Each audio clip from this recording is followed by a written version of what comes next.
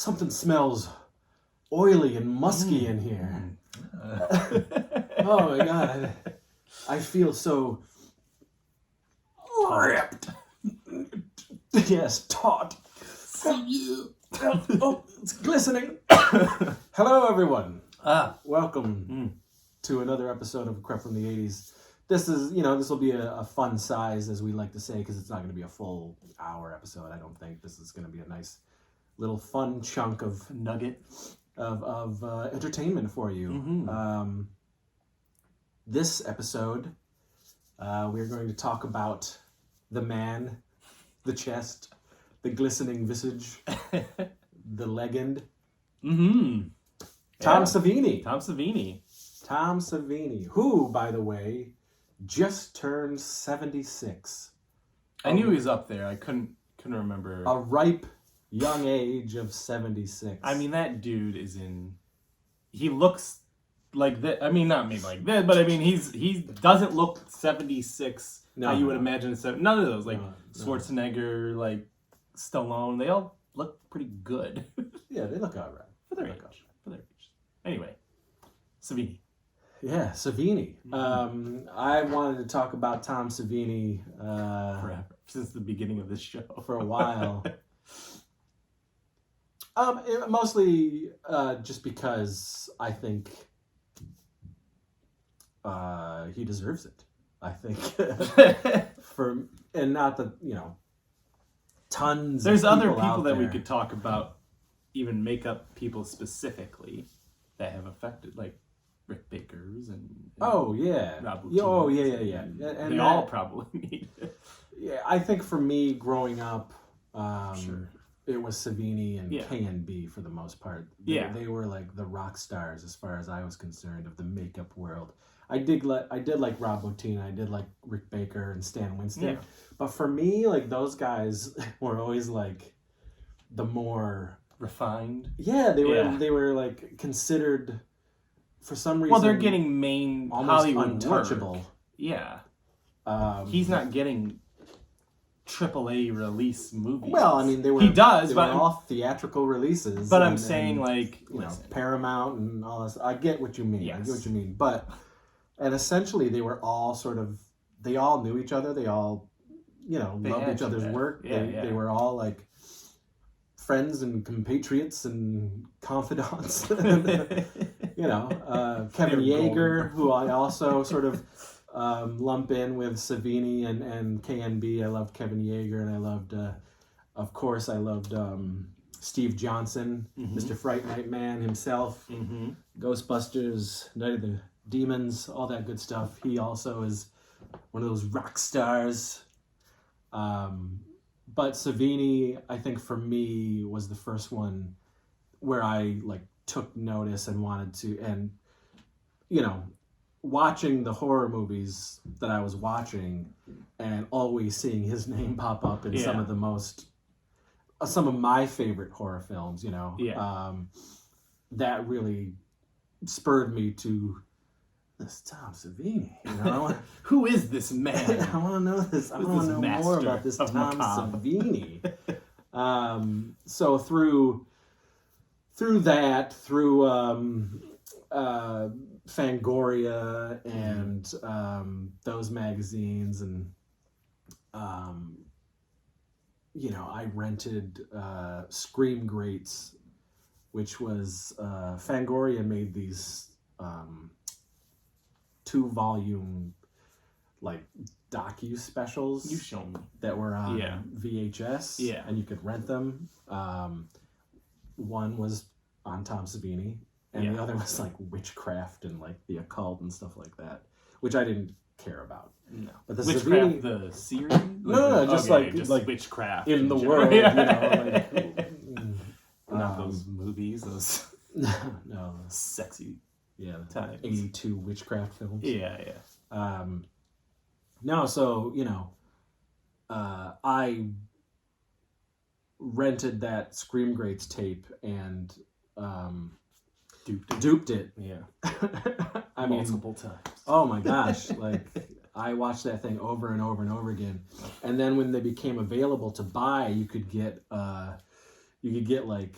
these crappy we'll show you how to do makeup effects VHS, and they were always like a 30 minutes or something like that. But showing you how to apply makeup? Yeah. That's cool. But they were like really, the companies were, it seemed like a million companies owned them, and they all just sort of threw them out, different variety of quality. Yeah. And it was like doing one. It was called like horror effects or something like that. Yeah. But it was all Savini. Okay. Not you could get others, but his was the one that I was like. Yeah. What did they teach you how to do? Pretty much everything that he. I think the horror effects one was a little more focused as opposed to the Scream Greats. Okay. The Scream Greats was really like a documentary about Tom Savini's life. Right. You know what I mean? Like at that point, in like 86 or whatever. Whereas the horror effects was like breaking down and showing you like, oh, is he doing it? Yeah, he's in it. So he's like, here's a neck, like a decapitation or some shit. Like, I'm going to show you how this is how I did this. How I did it. Yeah. yeah. Yeah. And it was awesome. Yeah, I mean, as a burgeoning monster kid growing up, I was like, this is. And really, Savini is the reason why I wanted to do effects in the first place. I mean, I wasn't going to be an effects artist or anything like that, but making movies, we didn't have. Who were we farming out the effects to? Nobody. Yeah. Ourselves. Dark Magic Effects. That's right. We called ourselves Dark Magic Effects. Me and anybody who was around to put that shit together. But as far as low budget pictures was concerned, I think myself and Brad Goff and a couple of others fancied ourselves Savini scholars. On a shoestring budget. No string budget. Yeah, and, not that he's not. And we doing it for cheap, but yeah. And we really did emulate everything Savini was doing, but on a shitty scale. Totally amateur. But, I would take his blood recipe, which was Dick Smith's blood recipe. Yeah. Things like that. And, but where I didn't have latex and foam and all that stuff, I did have foam. So that's what I used. I used foam and paper mache and duct tape. Yeah. And I created a lot of stuff that way. And then just tried to do the rest with, tubes and any way we could do what he was telling us to do, we tried to do. We would cut out like the round shape on knives so that it looked like it fit on the neck, and we'd do shit like that, and have the tube underneath and all of that stuff was because of him. The false bodies, where we just have the head, and somebody hiding, but then you'd build underneath the body, and so you could get into the guts and everything, and we did that even in fucking Meter Man, shit like that. We did dumb shit like that. To an extent, I guess Brad and I, watched him make squibs, and they were squibs. He had like access to that stuff, and we had to, put it together ourselves. Legos and firecrackers and was it condom? Or switch, light switches with wire and shit like that. But we made our own squibs and a lot of our shit. But it was all Savini. So I definitely grew up loving this guy, and thinking that he could do no wrong, and it didn't matter like what he was doing effects for. Movie-wise, I still watched it just to watch his effects, even some of the movies are garbage. Yeah, and he also did like some direct-to-VHS stuff. He's in this shot on VHS movie called The Ripper. Okay. Oh, it's terrible. He's in it? Yeah, he's the Ripper. Okay. But it's awful. Yeah. It's really awful. But it was Savini. Yeah. You know, it was like, oh my God. You know, and of course all the Romero stuff that he was fucking knocking out of the park and playing big roles in. Yep. You know, that was another cool thing about Savini was that he was an actor, he was a stuntman. Yeah. You know, and he was doing it, and he was cool. Yeah. He was just cool at it, and you know, I would always, to this day, I still smile when I see Savini. You know, it's just this. For sure. It's fucking Tom Savini. You know? I mean, it's awesome. Yeah. I didn't know him, you know, until From Dusk Till Dawn. Yeah. I only knew, like you said, the name at that time. Those kind of names, unless it was Rick Baker or Stan Winston, maybe a few others, like where I knew the names, but I was like, huh, this guy, he looks really familiar. And I do like Dawn of the Dead, like you know what I mean. Like I've seen him, but I never really put two and two together until, you know, I'm going through the credits and I'm like, oh, this guy. Wait, this guy did this. Wait, and he did this. Oh, shit, I know this guy. So, yeah, he's a good guy. Yeah. I mean, definitely once I pulled you into the movie making, you know, you could not know who Tom Savini No, and that's is. probably that was it. It was after that is when we really started hanging out more in 96, so. It was 96. Yeah, 96. Yeah, 96. Yeah. Before then, I was always going over to Grandma's. Corrupting us. And seeing the cousins that way. Yeah. You know, I thought about that. And I think you mentioned it once, but I think it's maybe in the doc, but it's odd that, like, in all that time, like, you never came to Wellsville, but I always went over there. You always came there. My mom said that you, like, we hung out even, like, younger. Oh, we like, did. As kids. Well, because I went to your, like, various places that you had. Yeah. When you were little. Yeah. You know? But I remember. Yeah. I remember. I'll never forget that one time with the Masters of the Universe toys, and I was just like, I did have a lot. Yeah, you had a lot. I thought I had a lot. I had a lot of those He-Man toys for sure. Anyway, Tom Savini loves Masters of the Universe. So He-Man. He is He-Man. He's Man-at-Arms, He-Man, and Tila. Fisto. He's all of those guys put together. Yeah, he is that.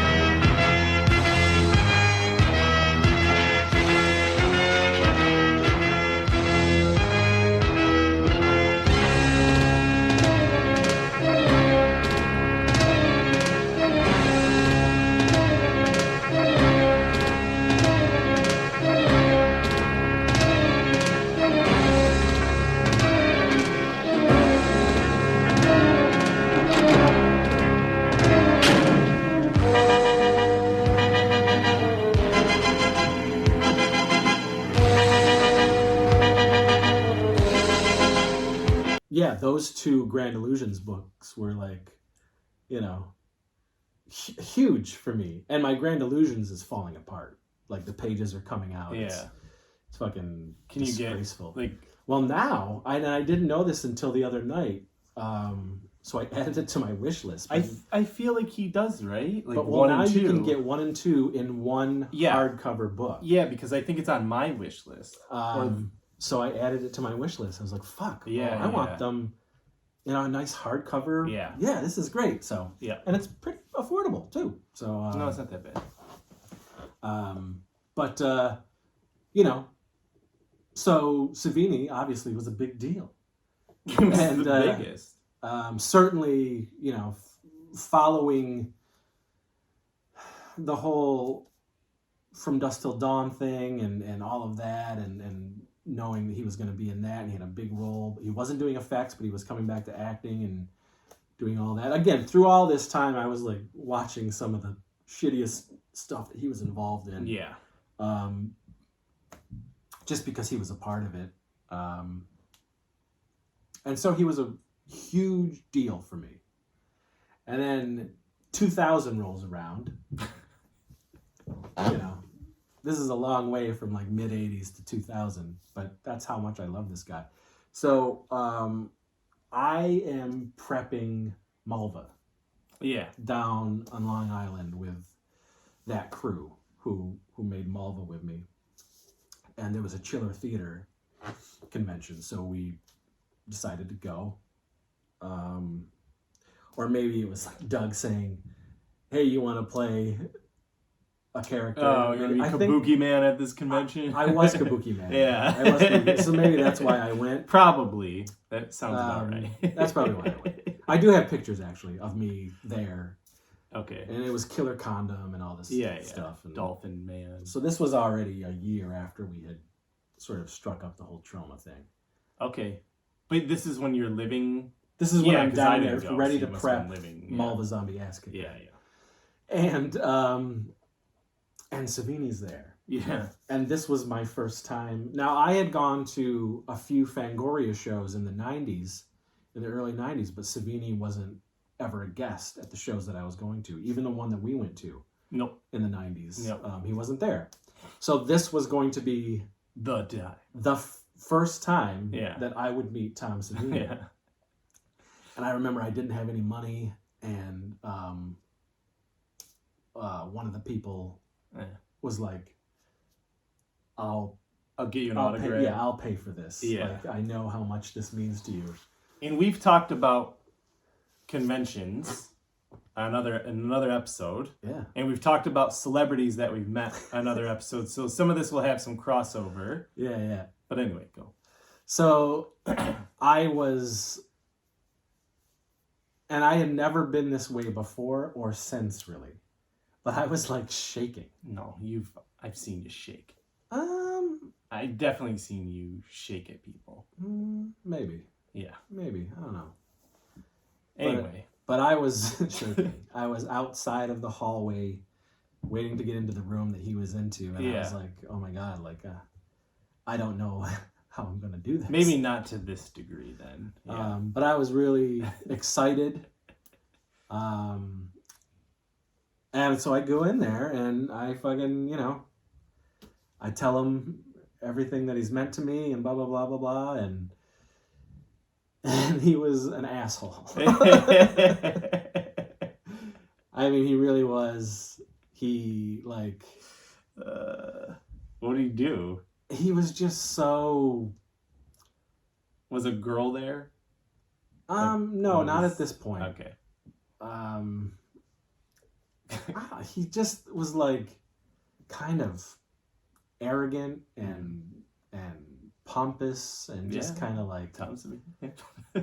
Yeah, but I mean, by this point, Savini has seen it all, has heard it all. Yeah. He's fucking met thousands upon thousands of people. Yeah. It's like, don't do conventions if you're gonna have a fucking terrible time. Right. Be an asshole. Right. It's like, but I don't know if he was just having a bad day. I was gonna say, it could have just been, which probably was the case because we've met him many other times and he's great. But to meet for the first time and to have him be like this prick, basically, to me, it kind of did crush my soul. Yeah. But I did take a picture with him. I was like, well, I'm still going to get a picture. Yeah. And he let me take a picture, and I'm smiling in the picture, and... crying on the inside. I still have it. But I just remember leaving that room and just being like, oh, man. Like, you hear that term, like, don't meet your heroes. Don't meet your heroes. And I remember it took a little while for me to sort of...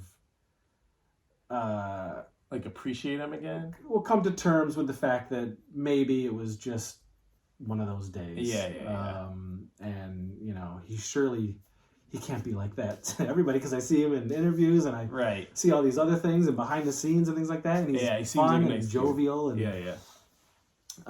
and then, 2001 rolls around and we really hit the convention scene big with Low Budget Pictures and we're constantly doing shows. And Savini... I feel like we had like a show a month, man. Oh, we were doing, a lot. A lot. But Savini was at a lot of them. Yep. And so subsequently, much better interactions throughout the years. And yes, I have seen him in those off times again. But for the most part, I think it really is just that. It's like fatigue. It's, you're doing this all the time, and what do? You hear the same things over and over and over again, and it's I can understand that. Well, maybe not. I mean, where, say, like, when we do conventions, we get fans for the whole weekend. Say maybe we meet like 100 fans. Yeah. He is meeting thousands of fans, year after year, month after month. It's really hard to say because, like, I always think, like, if we ever got big, like, outside of teenage or whatever, but, like, I've been recognized. Like, if it ever happened to a point where it was, like, I'm eating in a restaurant with my family and, like, someone's coming up and asking for a picture. Right now, I think, okay. Like, yeah, it interrupts me for, like, 30 seconds, but, like, that's cool. Wouldn't give a shit. But that's we're not in that. You know what I mean? We don't know what it's like. These handlers, like, maybe they fucked up his baggage, maybe he didn't get breakfast. You know what I mean? Yeah, like, who knows? All that stuff that happens at conventions, which, if you've been on the other side, sucks. Could have just been nothing to do with you. Yeah. Well, clearly. Yeah. No. Because right, he's been. I've never had him in a bad time. Yeah, I mean, he has said to me that, he remembers me. He knows of Mulva Zombie Ass Kicker. I love the effects. He and Debbie Rashawn have hung out and talked about me and stuff like that. Yeah. So I've had good interactions with Savini after that. Yeah. And of course, we've had shared Savini experiences. Some really sexy times. Yes. Again, if you want to hear more of those stories, I don't know, maybe you can watch that episode. But, I think it's this, like, celebrities we met episode. Yeah, the celebrities we met is down in the channel. Yeah. And you can hear some sultry, the true dirt, sweaty times with Savini. What's Savini done recently? Black Phone. Did he? Yeah. Maybe I didn't pay attention. Okay. Yeah. He actually created the masks. Did he? Yeah. Those are fucking crazy. He does a lot for, like, band Slipknot and shit like that. It's funny because those masks I was like, it's a jigsaw piece. Yeah. And I was thinking, like, these are really cool, like, really great design. So during the pandemic, he and another effects artist made Jason. Okay. Jason masks. Yeah. That were latex. Yeah. But were the bottom of the Jason mask. Yeah. Sure those. But and he has his makeup school. Well, I know he has that. Yes, the I know makeup he school has is that. going strong. Yeah. He's always got fucking people coming out of there that end up doing shit. And, well, I remember people on that show we watched. Face Off? Yeah, Face Off show. Some of them would come. I mean, a lot came from Stan Winston, but people came from Savini too. Oh yeah. We've had people who have who have been to the Savini school have worked on LBP movies. Yep. So Savini, man, Savini. So what's your favorite thing? Creepshow 2, probably. Well, Creepshow 2, he was the creep. He looks great. And I can't say the makeup's bad or anything like that. The effects are bad. No, well, it's his proteges, his people, his workers, his folk. I mean, so many of the people who grew up with him, working for him, ended up having their own shit. Like Kevin Yeager and the K&B guys and all those. I mean, Greg Nicotero was his protege. Yeah, which is just wild. But I don't know, man. Everything he's done. What was cool about Savini, well, as far as authenticity was concerned, is that he was a Vietnam photographer. Mm-hmm. So he saw the real stuff and he knew what that stuff looked like. So when he was creating those effects, his stuff tends to look more real. Right. And the way the blood is, the way the blood flows, the way the blood sprays, all that stuff. His stuff is grisly. He was the godfather of gore, you know? Yeah. So I appreciate pretty much everything he's done, but I love Creepshow because he got to do more fantastical things on that movie and create monsters and creatures and things like that for that movie. I feel like he's not known. No, but he loves doing it. Yeah. I mean, if you look at his sculptures and the things that he's done, it's just like people should have given him more of that stuff. Yeah, like because he really has a talent for that. Interesting. But you know, I think his masterpiece is Day of the Dead. I think it was at that time it was the most sophisticated gore and zombie stuff that anybody had seen, and the stuff that's your favorite one. Right? That's my favorite Romero zombie film. Right. But my favorite Romero film is Creepshow. But yeah, you know, I think that stuff. I mean, obviously, Friday the 13th, the final chapter, is my favorite Friday the 13th film. And of course, he did the effects. I mean, he created the look of Jason in Friday the 13th, carried that on to the fourth one. He even did stuff for the game. The new game? That game. Yeah. The Friday the 13th game. Yeah. He created a Jason. Yeah, I do remember variant that. Yeah. That, Kane Hodder. No, you're right. I guess he does pop up. I mean, he's still in his late 70s, still going strong. He's still acting. He's, you know, it's, yeah. I mean, the guy is fucking... Whatever he does, he takes care of himself. You got to. And he has forever. You know, it hasn't stopped. Right. You know, if you look at those videos, if you look at Scream Greats, and you look at the horror stuff, and even the behind the scenes that always end up in like either import VHS or anything behind the scenes, he's in those videos, he's working out. Yeah. he's doing some makeup, and then he'll go and do some, you know, I mean, he's always, you know, he'll fucking hang himself from his legs and lift. It's like, dude knows what's up, you know? Good for him. Yeah. Good for him. Yeah. But yeah, man, I mean, he's a legend. You know, I don't care what anybody says about him. I don't care if anybody has had nothing but terrible experiences with Savini. You can't deny what this guy has done for the makeup industry, for the horror industry. Yeah. Being a horror rock star, celebrity. He's Tom Savini, man. And come on, Sex Machine. I mean, who's better than Tom Savini? No, I mean, like in that class. As far as makeup. Well, I mean, Dick Smith. I mean, he learned from Dick Smith. Right. You know, right. Jack Pierce, Lon Chaney Jr. No, but I'm saying like of his time. Like if you go back, there's going to be guys who invented the game. I think because he mentored so many of the people after. Yeah. I guess you're right. I guess like I don't know if there's anyone. There's Savini, and everybody has learned from Savini, and then just added their. Yeah, I mean, you could say Dick Smith as like maybe Well, everyone I think sort of thinks of Dick Smith as like the modern makeup master. Yes. And then it goes from there, you know. Yeah. I mean, Rick Baker is going to cite Dick Smith and yes, all those they guys all do. Yeah. But Savini is, I would say, in the horror realm, untouchable. Yeah, I mean, all those guys learned from him. Yeah. You know. So. And then just enhanced their. Yeah, there might be some better things that they've done, but he's at the top. Yeah. Top.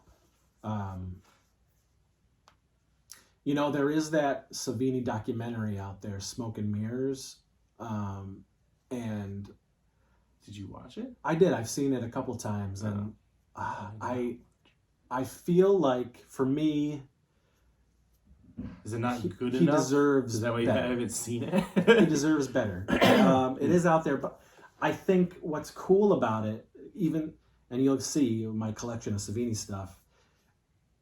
I think I know a lot about Savini. And that doc, he talked about stuff that I had never heard before. Oh. So that stuff is great. Some of the content is great. Yeah. But I think the presentation was abysmal. Okay. Like, it looked like some kid from Wellsville. When I was making movies in the 80s and 90s, just picked up a camera and was like, okay, go. Really? You know, like the editing is silly. There's like shitty like iMovie transitions and effects and stuff like that. The quality varies camera to camera to camera to camera. And you know, you can say the most important thing is the content, which it is, but you're still making a film. I think he like, deserved to make a better presentation, right, to deliver that content. Interesting. But you can watch it. I mean, it's on Tubi. Okay. And it's out on Blu-ray recently. I think it just is about to come out or something like that on Blu-ray. Maybe they fix some of it. I mean, you can't. But I think for the most part, I think that Scream Greats is probably the best doc on Savini out out It's 30 years old. Yeah. 1986. So it has none of the others. 1986. You know. Oh, so I mean, you recently saw Texas Chainsaw Massacre 2. Yeah. You hated it. But what did you think of the effects in that movie? Because that's all Savini. It's fantastic. Yeah. Which I did recognize, because I'm looking at like what Bill Moseley's like, what's the makeup line like, you know what I mean, and not seeing anything, and so I'll pay attention. Like, I can separate, you know, the art from the artist, and like if I really want to focus on the good things, which I did, which was the gore, I was like, okay, well that's fucking cool. Some musical choices were cool, but I just whatever. We're not gonna talk about it. Yeah, fucking movie. But Savini, I mean, you know, his interpretation of Leatherface and all of that stuff. That was very good. Yeah. The gore and the makeup. Yeah. And, you know, he's fucking great. That's... Oh, what do you think of his Night of the Living Dead? It's also very good. I like Night of the Living Dead. I absolutely love the concept, the idea. It's just, it is what it is. It's dated. Some things I don't give a shit that are dated, but this one, to me, is dated. I don't feel original? Yes, but the remake is good. Yep. For me, holds up. It's still being good. It's fantastic. I know he doesn't like it as much, but again, I understand that he's coming from my trials and tribulations and turmoil making the film, right? But as presented to an audience, I have always loved his Night of the Living Dead 90 for sure. Yeah, better than Romero's original. Yeah, and Romero wrote the 1991 and gave the directing reins to Savini. That's interesting. Okay, and I love it. Yeah. You know, one of the biggest things, again, it has to do with Romero, but making Barbara not a catatonic, useless creature. Yeah. Like she is in the first movie. Barbara's a badass in the remake. Exactly. But that's...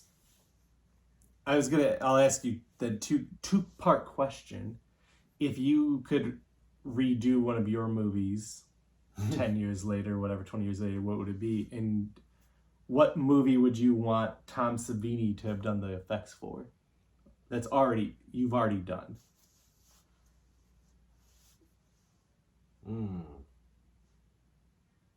Jesus, I don't know. I mean, I would remake a lot of my movies. But I mean, like, what's one movie where you would go, if I made it now, I would do it this way, and I think it would be better?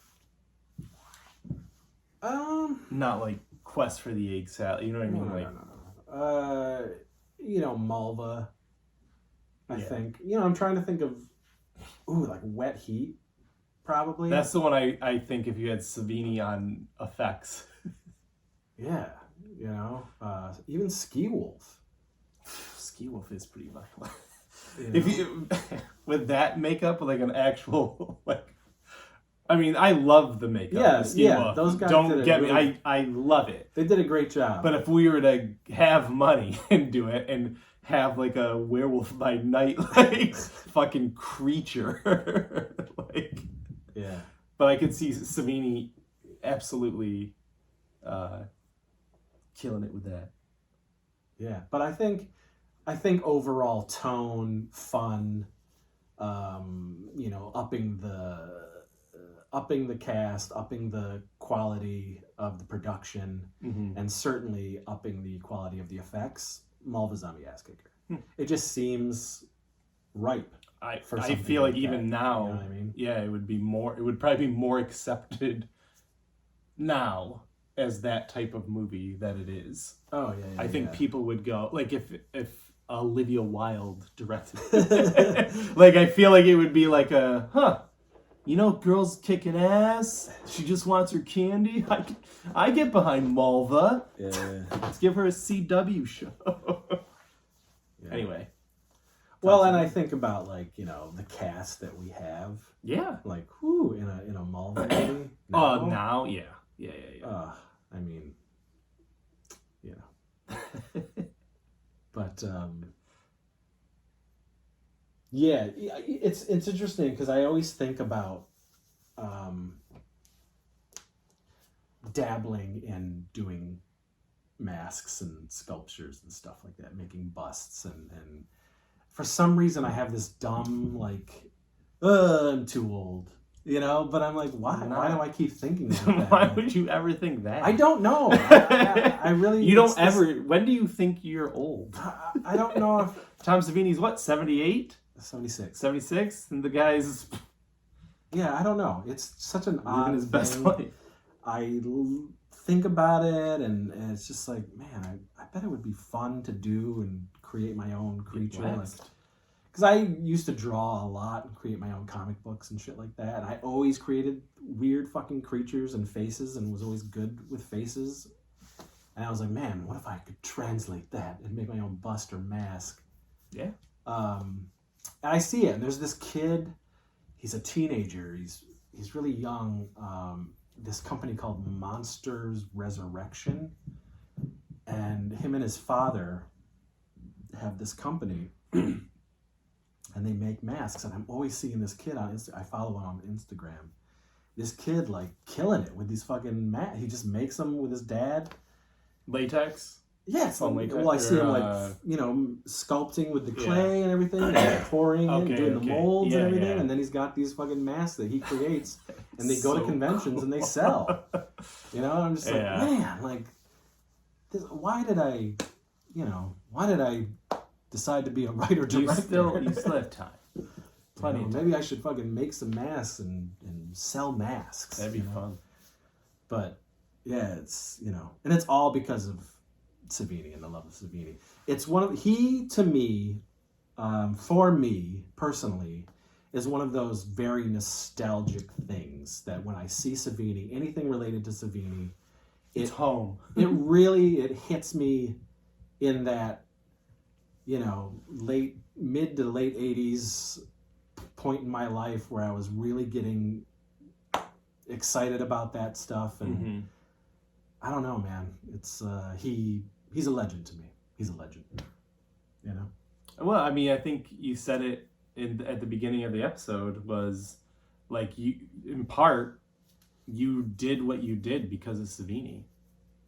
Yeah, to an extent. I didn't follow that path. No, but I'm just saying, like, that was an inspiration for you to go, at least you can do that in your movies. Yeah. Instead of making Bill and Ted 3 or whatever you were working on at that time, like, you, even though everything's still comedy, but it always was horror at the beginning. Yeah. Throughout. I mean, we cared more about the effects. That's what I mean. Than anything else. Yeah, because of him. 100%. Yeah. 100%. You know, and you guys can see a lot of that stuff on the on this upcoming winter sale.